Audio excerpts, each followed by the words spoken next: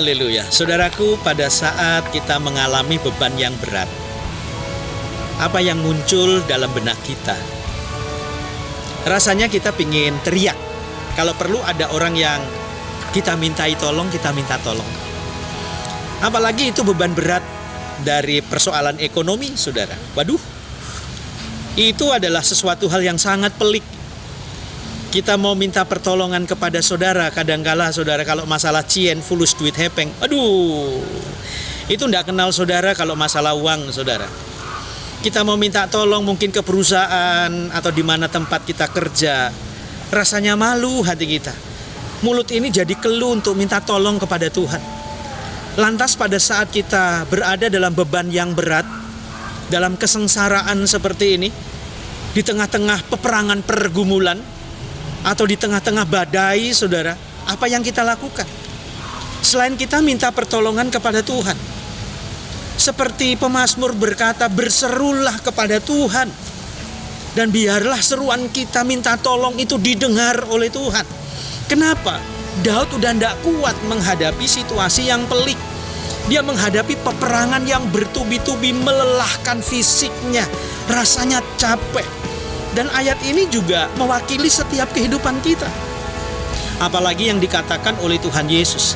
Hei kamu yang letih lesu dan berbeban berat, marilah datang kepadaku, aku akan memberi kelegaan kepadamu.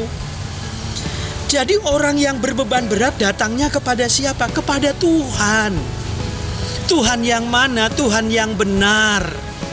Siapa namanya? Yesus Kristus Tuhan, bukan yang lain.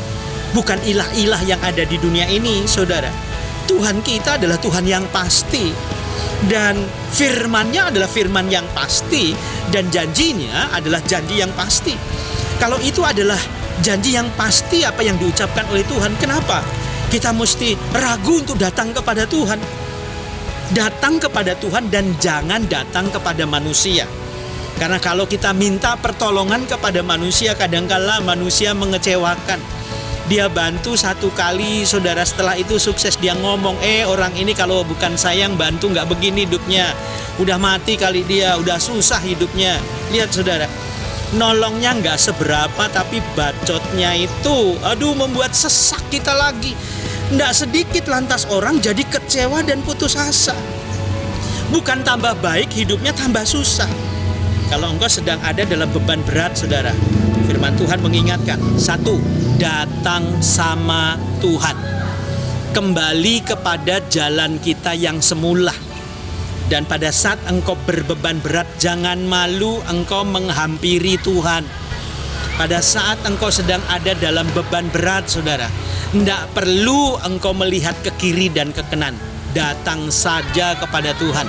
Karena kapanpun kita bisa menemui Tuhan. Mau jam berapapun saudara bisa menemui Tuhan. Wow, kalau Tuhan setiap waktu, setiap saat bisa kita temui, saudara, kenapa beban kita tidak serahkan kepada Tuhan?